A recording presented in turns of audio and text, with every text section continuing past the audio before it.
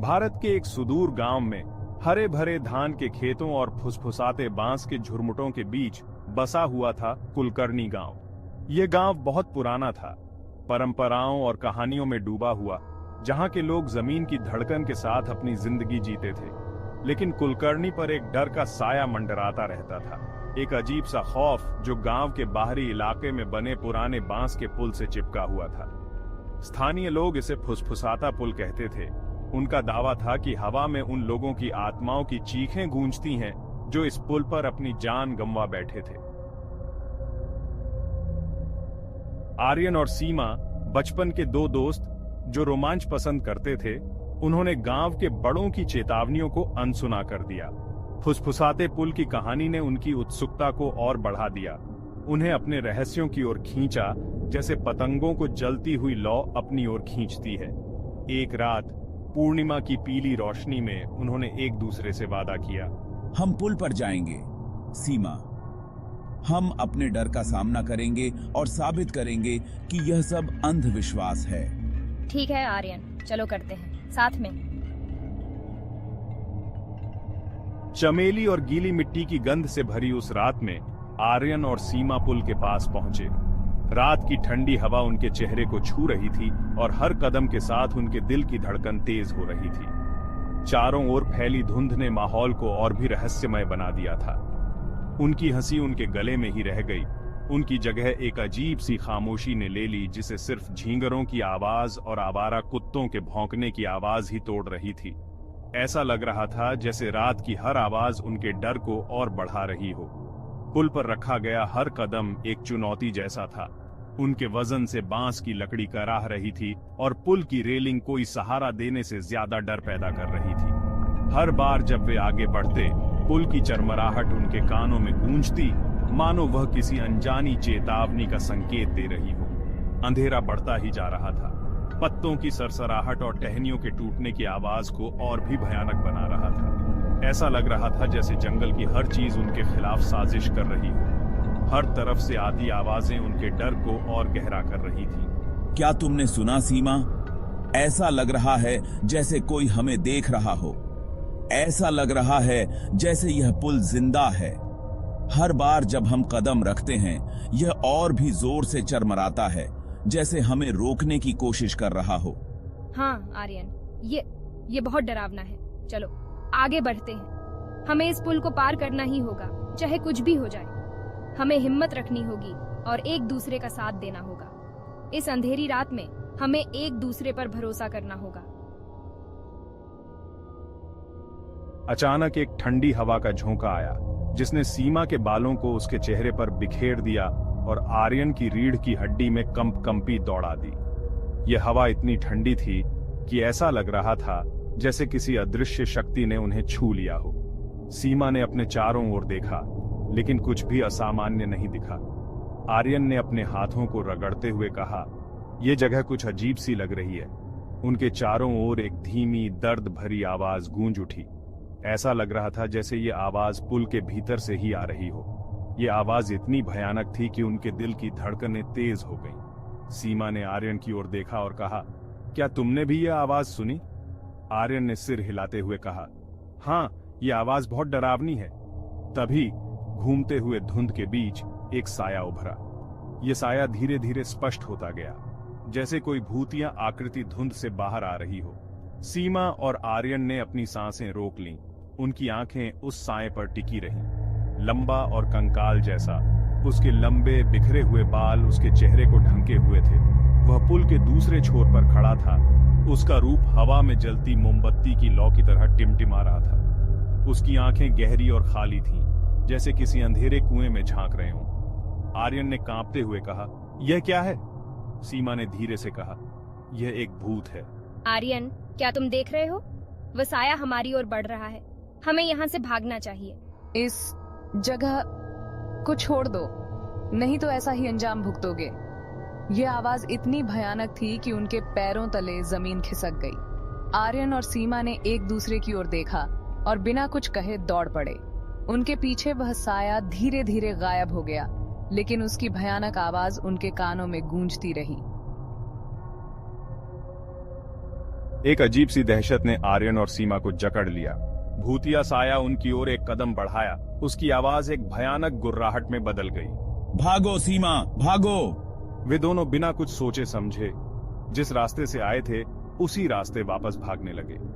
उनके भागने की वजह से पुल खतरनाक तरीके से हिलने लगा। बांस की लकड़ियां छटकने और कराहने लगीं, जैसे कि वे अब टूटने ही वाली हैं। लेकिन यह पुल, जो कभी उनकी जिज्ञासा का रास्ता था, अब एक खतरनाक जाल बन गया था। हम फंस गए हैं आर्यन। वे पुल के बीच में थे और आगे बढ़ने पर वह भूतिया साया उन्हें रोक रहा था। आर्यन और सीमा ने खुद को रेलिंग से सटा लिया। उनके दिल तेजी से धड़क रहे थे। उनकी सांसें तेज और अनियमित हो गई थीं। भूतिया साया लगातार उनकी ओर बढ़ता रहा। उसकी आंखें अंधेरे में दो चमकते अंगारे की तरह भयानक तीव्रता के साथ उन पर टिकी हुई थी। बचाओ, कोई तो हमारी मदद करो। आर्यन की आवाज, जो दहशत के मारे फटी हुई थी, रात के सन्नाटे को चीरती हुई गूंज उठी। भूतिया साया रुक गया। उसका सिर एक तरफ झुक गया, जैसे वह ध्यान से सुन रहा हो। शायद कोई हमें सुन लेगा। एक पल के लिए सीमा के सीने में उम्मीद की एक किरण जागी। शायद कोई उनकी चीखें सुन लेगा, कोई ऐसा बहादुर इंसान जो उस भूतिया पुल पर आने की हिम्मत करेगा और उनकी मदद के लिए आएगा। लेकिन उनकी उम्मीद ज्यादा देर टिक नहीं पाई। एक भयानक चीख के साथ भूतिया साया उन पर झपटा। उसकी लंबी कंकाल जैसी उंगलियां उनकी ओर बढ़ीं। आर्यन चीख पड़ा। उसने खुद को बचाने के लिए अपने हाथ ऊपर उठा लिए। दुनिया चीखों, बांस के कराहने और उसके अपने दिल की धड़कन की आवाजों से भर गई। आर्यन ने अपनी आंखें खोलीं। उसका शरीर कांप रहा था। उसकी सांसें अनियमित थीं। वह नदी के किनारे लेटा हुआ था। सुबह की पहली किरणें आसमान को गुलाबी और नारंगी रंगों से रंग रही थीं। अपने पैरों पर संघर्ष करते हुए, सीमा, तुम कहां हो? वह अपने पैरों पर खड़ा हुआ। उसकी आंखें बेसब्री से सीमा को ढूंढ रही थीं। लेकिन वह जा चुकी थी, बिना कोई निशान छोड़े गायब हो गई थी। और पुल पर धुंध में लिपटा हुआ वह भूतिया साया खड़ा था। उसकी चीख पानी में गूंज रही थी, जो उस रात की भयावहता का प्रमाण दे रही थी। आर्यन की चीखें सुनकर गांव वाले नदी किनारे पहुंचे। रात का अंधेरा और नदी की रहस्यमयी लहरें माहौल को और भी डरावना बना रही थीं। हर कोई जानता था कि कुछ भयानक हुआ है। हमने उसे देखा, उस भूतिया साये को।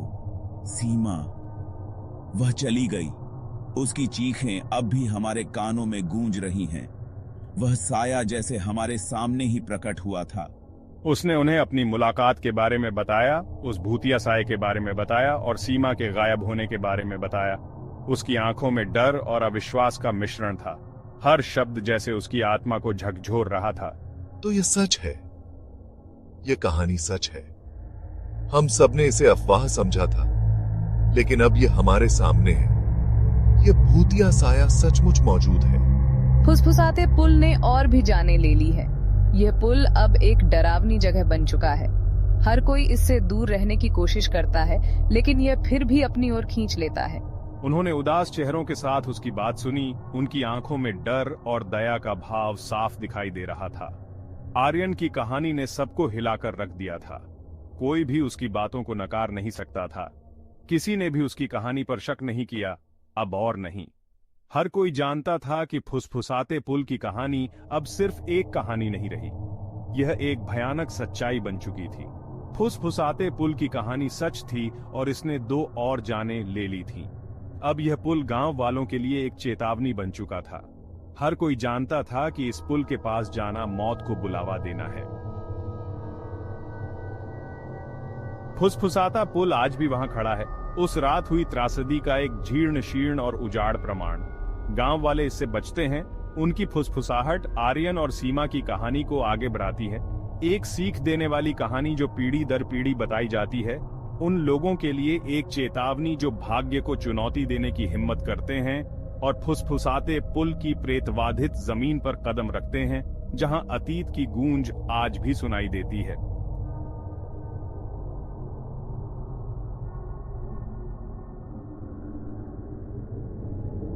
ब्लैकवुड लेन के आखिर में एक पुराना बंगला था। उसकी दीवारें टूट रही थीं, लोहे का गेट जंग खा रहा था और उस पर बेलें छरी हुई थीं। हवा में डर और खौफ का माहौल था।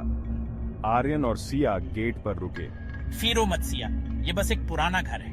क्या तुम्हें यकीन है आर्यन? आर्यन हमेशा से ही निडर था। वो मुस्कुराया। सिया कांपते हुए अपनी जैकेट को और कस के लपेट रही थी। फिरो मत सिया, ये बस एक पुराना घर है। उसने गेट को धक्का देकर खोला। गेट एक मरते हुए जानवर की तरह आवाज कर रहा था। सिया हेजिटेशनी, रेस्टलेसी का एहसास और तेज हो गया। उसे ऐसा लग रहा था जैसे कोई उन्हें देख रहा है। सिया ने गहरी सांस ली। वो फीरी हुई नहीं दिखना चाहती थी। चलो अंदर चलते हैं। दोनों उस विशाल बंगले की तरफ ग्रोविंगे। हर कदम पहले से ज्यादा भारी लग रहा था। बंगला उन पर मंफेरा रहा था, जिससे एक लंबी गहरी परछाई बन रही थी। आर्यन सामने वाले दरवाजे की सीढ़ियों पर रुका। उसने सिया की तरफ देखा। उसकी आंखों में शरारत थी। कहते हैं ये घर भूतिया है। हिम्मत है तो 3 बार दरवाजा खटखटाओ। तुम जानते हो मैं भूतों में विश्वास नहीं करती।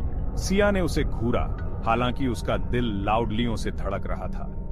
फिर भी वो उसकी आंखों में दिख रही चुनौती को नजरअंदाज नहीं कर सकी। वो आगे ग्रोविंगी और दरवाजा खटखटाने के लिए हाथ उठाया। इससे पहले कि उसकी उंगलियां लकड़ी को छू पाती, दरवाजा अपने आप खुल गया।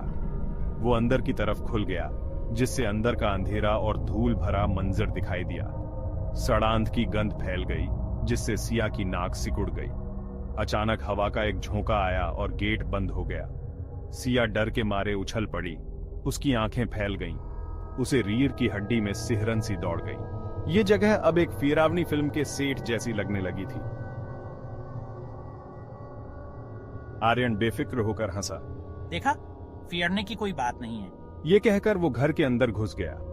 सिया एक पल के लिए हेजिटेशन ही और फिर उसके पीछे अंदर चली गई। उनके पीछे दरवाजा बंद हो गया, जिससे चारों तरफ अंधेरा छा गया। रोशनी बस उन खिड़कियों से आ रही थी जो टूटी हुई थी। धूल के कण कमजोर रोशनी में नाच रहे थे।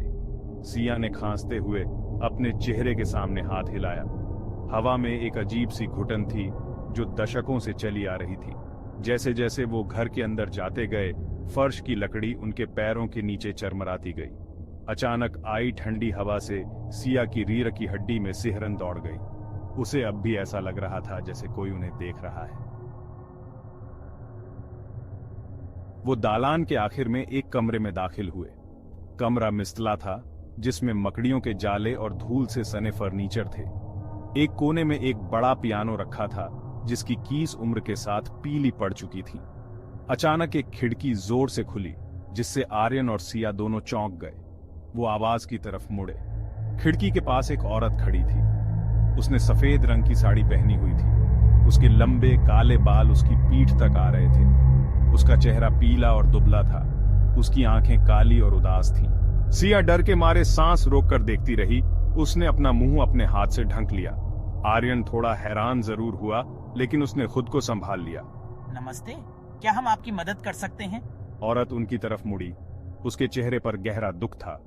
उसने बोलने के लिए अपना मुंह खोला, लेकिन कोई आवाज नहीं निकली। फिर जितनी जल्दी वो आई थी, उतनी ही जल्दी गायब हो गई। आर्यन और सिया उस जगह को देखते रहे जहां औरत खड़ी थी। उनके दिल जोर जोर से धड़क रहे थे। कमरा एक बार फिर शांत हो गया था। बस उस पुराने घर की चरमराहट की आवाज आ रही थी। तुमने वो देखा सिया? पास के टेबल पर रखी एक भारी किताब अचानक खुल गई। उसके पन्ने तेजी से पलटने लगे, जैसे कोई अदृश्य हवा उन्हें पलट रही हो। सिया डर के मारे देखती रही और किताब जोर से बंद हो गई। हे भगवान, आर्यन, किताब। अचानक कमरे में एक आवाज गूंजी, ठंडी और क्रीपी। इस जगह को छोड़ दो, तुम्हारा यहाँ स्वागत नहीं है। क्या तुमने वो सुना? सिया ने फुसफुसाते हुए कहा। उसकी आवाज डर से कांप रही थी। आर्यन हालांकि फीरा हुआ था, लेकिन शांत रहने की कोशिश कर रहा था।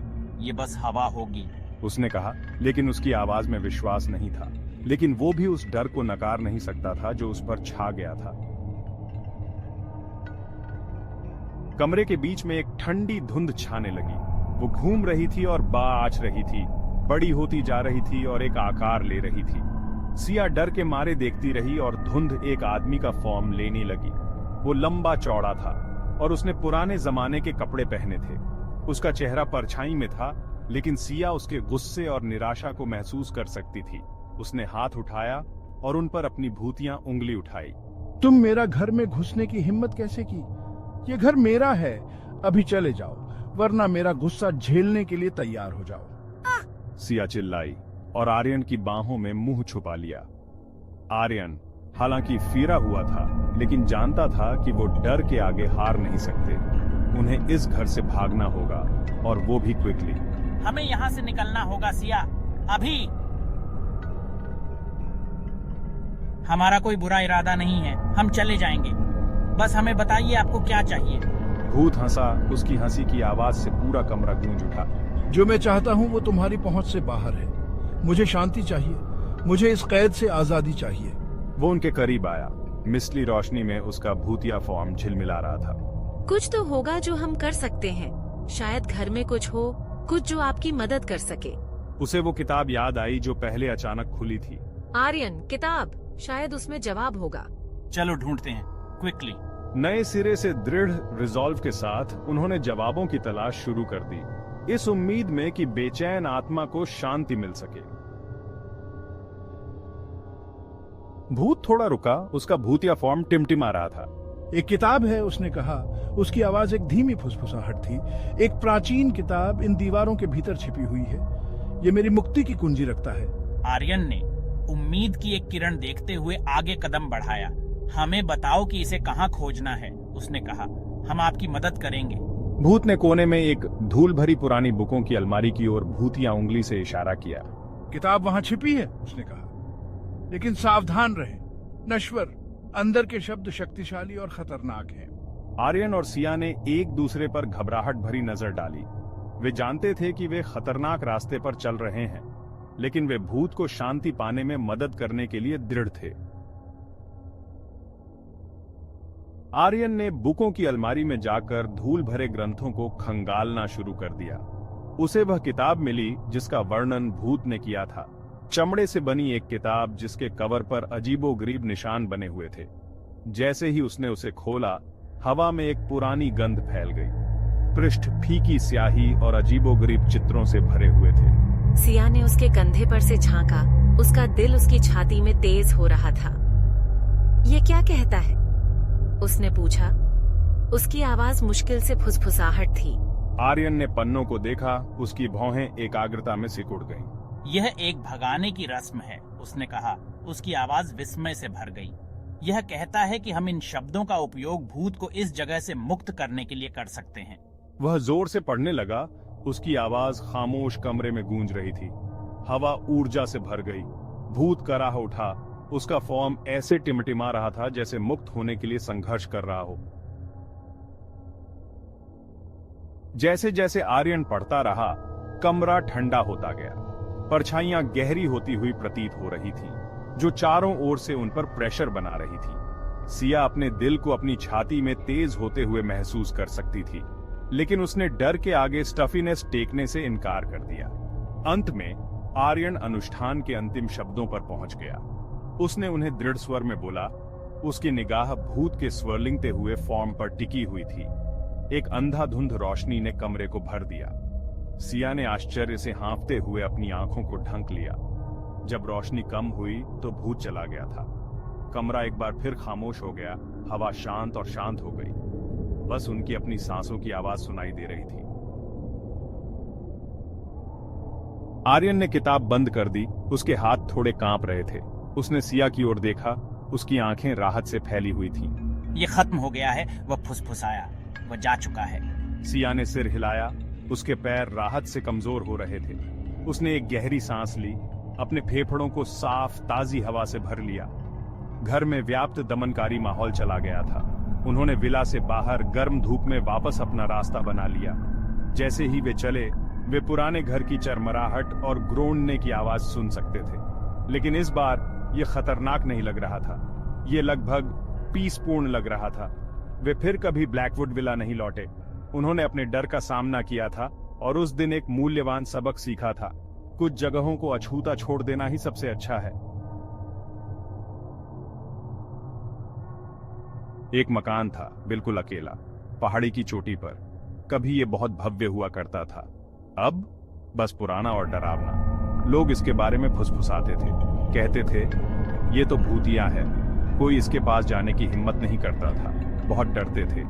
इसकी खिड़कियां मानो खाली आंखें हों, देख रही हैं, इंतजार कर रही हैं। अंदर क्या था कोई नहीं जानता था, लेकिन इस मकान में राज दबे हुए थे, काले और भयानक। और अब ये अपना एक राज खोलने वाला था, एक अनजान शख्स के सामने। सिया अलग थी, उसे आसानी से डर नहीं लगता था। बचपन से ही उसने डरावनी कहानियों और रहस्यमयी घटनाओं में गहरी रुचि दिखाई थी। उसके दोस्तों को जब भी कोई डरावनी कहानी सुननी होती, वे सिया के पास ही आते थे। उसे अच्छे रहस्य बहुत पसंद थे, इसलिए ये भूतिया मकान उसे अपनी ओर खींच रहा था। इस मकान के बारे में उसने कई कहानियां सुनी थीं। कुछ लोग कहते थे कि यहाँ आत्माएं भटकती हैं, तो कुछ का मानना था कि यहाँ कोई पुराना खजाना छुपा हुआ है। एक दिन बादल छाए हुए थे, उसने उस मकान में जाने का फैसला किया। मौसम भी उसके इस निर्णय में साथ दे रहा था। आसमान में काले बादल छाए हुए थे और हल्की हल्की बारिश हो रही थी। जैसे जैसे वो पास आती गई, हवा ठंडी होती गई। मकान के पास पहुंचते ही उसे एक अजीब सी ठंडक महसूस हुई। ऐसा लग रहा था जैसे मकान के अंदर से कोई उसे देख रहा हो। वो उसे महसूस कर सकती थी, किसी की मौजूदगी। उसके रोंगटे खड़े हो गए, लेकिन उसने अपने कदम पीछे नहीं खींचे। उसकी जिज्ञासा उसे आगे बढ़ने के लिए मजबूर कर रही थी। वो अंदर दाखिल हुई। हर तरफ धूल की मोटी परत जमी हुई थी। ऐसा लग रहा था जैसे यहाँ सालों से कोई नहीं आया हो। हर कोने में मकड़ी के जाले लटके हुए थे। मकान की दीवारें भी जर्जर हो चुकी थीं। वहां धूल से सनी एक मेज पर एक फोन रखा था। ये फोन वहां कैसे आया, ये सोचकर सिया हैरान रह गई। पुराना और काला, वहां होना अजीब था। ऐसा लग रहा था जैसे यह फोन किसी पुरानी कहानी का हिस्सा हो। उसने उसे उठाया। उसे एक अजीब सा एहसास हुआ, जैसे इस फोन में कोई रहस्य छुपा हो। ये यहाँ क्या कर रहा है? सिया के मन में कई सवाल उठने लगे। क्या इस फोन का कोई संबंध उस मकान की कहानियों से है? क्या यह फोन उसे किसी रहस्य की ओर इशारा कर रहा है? सिया ने ठान लिया कि वह इस रहस्य को सुलझाकर ही रहेगी। सिया ने फोन वापस रख दिया। उसे बेचैनी होने लगी, जैसे उसे छूना नहीं चाहिए था। वो जाने के लिए मुड़ी और तभी वो बजा। आवाज तेज थी, चुभने वाली, खाली मकान में गूंज रही थी। उसका दिल जोर से धड़कने लगा। कौन फोन कर सकता है? ये जगह तो सुनसान थी। धीरे धीरे उसने फोन की तरफ हाथ बढ़ाया। उसका हाथ कांप रहा था। वो हिचकिचाई, पर उत्सुकता उस पर हावी हो गई। कौन हो सकता है? हेलो, कोई है? उसकी आवाज कांप रही थी। कोई जवाब नहीं आया, बस खरखराहट की आवाज। उसने फिर से पूछा, कौन है? फिर एक फुसफुसाहट सुनाई दी, धीमी और कर्कश, जैसे कोई बहुत दूर से बोल रहा हो। वो उसे मुश्किल से सुन पा रही थी।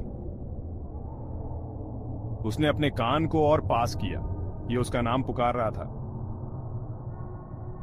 सिया। उसने सुना, सिया। तुम सुन रही हो? उसने फोन अपने कान से दूर कर लिया। उसकी सांसें तेज हो गईं। उसका दिल तेजी से धड़क रहा था। उसे समझ नहीं आ रहा था कि क्या करे। ये उसका नाम कैसे जानता था? उसने कभी इस आवाज को नहीं सुना था। यहां कोई नहीं जानता था कि वो यहां है। वो बिल्कुल अकेली थी। उसने सोचा, क्या ये कोई मजाक है? उसने फोन की तरफ देखा। स्क्रीन पर कोई नंबर नहीं था। उसकी रीढ़ की हड्डी में सिहरन दौड़ गई। उसे लगा जैसे कोई उसे देख रहा हो। यह उसके हाथ में बर्फ की तरह ठंडा था। उसने फोन को नीचे रख दिया और कमरे में इधर उधर देखने लगी। उसने खिड़कियों और दरवाजों को चेक किया। सब कुछ बंद था। फिर भी उसे ऐसा महसूस हो रहा था कि कोई उसके बहुत करीब है। उसने कुर्सी पर बैठकर अपने सिर को हाथों में थाम लिया। उसे समझ नहीं आ रहा था कि क्या हो रहा है। उसने फिर से फोन उठाया। इस बार उसने तय किया कि वह जवाब मांगेगी। तुम कौन हो? उसने दृढ़ता से पूछा। लेकिन दूसरी तरफ से फिर वही फुसफुसाहट आई। उसकी हिम्मत जवाब दे रही थी। उसने फोन को कसकर पकड़ लिया और इंतजार करने लगी। मैं भाग जाना चाहती थी, उस घर से दूर जाना चाहती थी, लेकिन कुछ मुझे रोक रहा था। वह फुसफुसाहट। इसने मेरा नाम लिया था, जैसे ये मुझे जानता हो। मुझे और जानना था, लाइन के दूसरे छोर पर कौन था? मैं यहाँ क्यों थी? इन सब का क्या मतलब था? तभी उसने उसे देखा। उसकी आंख के कोने से हलचल की एक झलक, परछाइयों में कुछ तो था, उसे देख रहा था।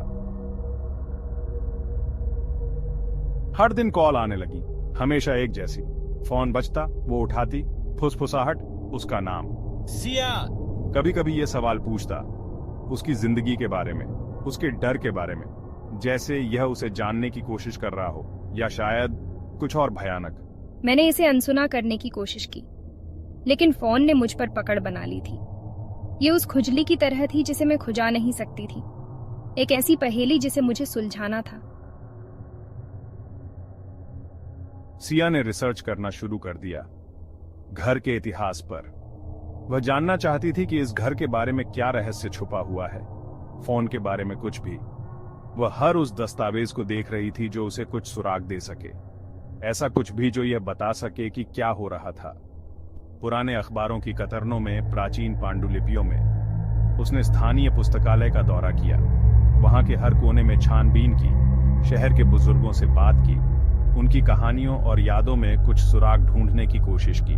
किसी के पास कोई जवाब नहीं था। सबकी बातें अधूरी और अस्पष्ट थीं, बस चेतावनियां थीं घर से दूर रहने की। लोग कहते थे कि वह घर अभिशप्त है, इसे अकेला छोड़ देने की। लेकिन सिया के मन में सवालों का तूफान था, लेकिन मैं नहीं कर सकी। मैं जानना चाहती थी कि इस घर में ऐसा क्या है जो सबको डराता है। मैं बहुत दूर तक चली गई थी, अब पीछे हटना मुमकिन नहीं था। फोन एक जुनून बन गया था, मुझे सच्चाई जाननी थी। हर बार जब वह फोन बजता, मेरा दिल तेजी से धड़कने लगता, चाहे कुछ भी कीमत क्यों ना चुकानी पड़े। मैं इस रहस्य को सुलझाने के लिए तैयार थी, चाहे इसके लिए मुझे कितनी भी मुश्किलों का सामना करना पड़े। एक रात फोन बजा, लेकिन इस बार यह अलग था। आवाज साफ थी, तेज, और यह उदासी से भरी हुई थी। इसने एक कहानी सुनाई, एक औरत की। अपने प्रेमी द्वारा धोखा दिया गया, घर में हत्या कर दी गई, उसकी आत्मा फंस गई, शांति पाने में असमर्थ। फिर मैंने उसे देखा, सफेद रंग में एक महिला परछाइयों में खड़ी है। उसका चेहरा दुख से भरा हुआ मेरी तरफ हाथ बढ़ा रही है। तुम कौन हो? तुम क्या चाहते हो? बहुत देर तक सन्नाटा छाया रहा। सन्नाटा पहले से कहीं ज्यादा भारी था। अंत में आवाज बोली, मेरी मदद करो, इसने फुसफुसाते हुए कहा। मुझे इस जेल से मुक्त करो। सिया का दिमाग तेजी से दौड़ा। क्या वह इस पर भरोसा कर सकती थी? कैसे? आवाज ने उसे बताया, कुछ खोजने के लिए, घर में छिपा हुआ है, कुछ ऐसा जो श्राप को तोड़ेगा। वह कई दिनों तक खोजती रही, आवाज के निर्देशों का पालन करते हुए। अंत में उसने उसे ढूंढ लिया। एक चांदी का लॉकेट, दीवार में छिपा हुआ। जैसे ही उसने उसे छुआ, घर हिल गया, बत्तियां टिमटिमा गईं, फोन बजना बंद हो गया। सफेद रंग में सजी महिला उसके सामने आ गई, और फिर उसने उसे देखा, लॉकेट में उसका अपना प्रतिबिंब। लेकिन यह वह नहीं थी, यह सफेद रंग में सजी महिला थी, और वो समझ गई। घर में सन्नाटा छा गया। फोन मर चुका था, सिया चली गई थी। क्या उसने सफेद रंग में सजी महिला को मुक्त कर दिया था, या सफेद रंग में सजी महिला ने खुद को मुक्त कर लिया था? सच्चाई एक रहस्य बनी रही, पुराने घर की परछाइयों में खोया हुआ। लेकिन एक बात तो तय थी, पहाड़ी पर बना घर अब शांत नहीं था। कहा जाता था कि अगर आप ध्यान से सुने तो आप इसे अभी भी सुन सकते हैं। हवा